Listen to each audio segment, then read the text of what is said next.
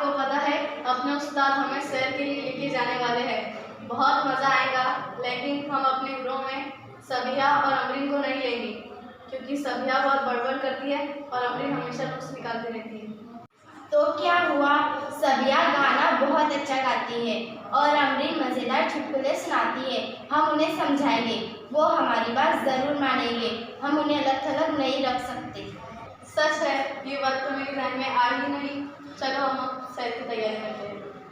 हाँ, शगुफ्ता ने तो सही बात कही है। सबिया से हम नए गाने सीखेंगे और अमरीन से अच्छे अच्छे चुटकुले सुनेंगे। मुकाबले के जरिए हमें ये बात समझ में आती है कि सबिया ये लड़की बहुत बड़बड़ करती है, ये उसकी खामी है। लेकिन उसके दोस्तों ने उसे समझाया और उससे उसकी जो खूबी थी गाने गाने की, उससे उन्होंने गाना सीखे।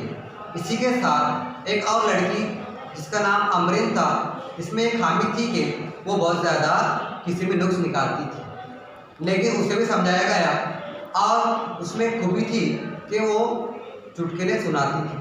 तो उससे भी उसकी खामी को दूर करके उससे मज़ेदार चुटकुले सुने। यहाँ पर हमें समझ में आया कि हम किसी दूसरे की खामियों को दरगुजर करके उनकी खूबियों को सामने लाएं और फ़ायदा उठाएं। हमें रवादारी का मतलब समझ में आया कि हमने अपनी राय से ज़्यादा दूसरों की राय को भी समझना चाहिए।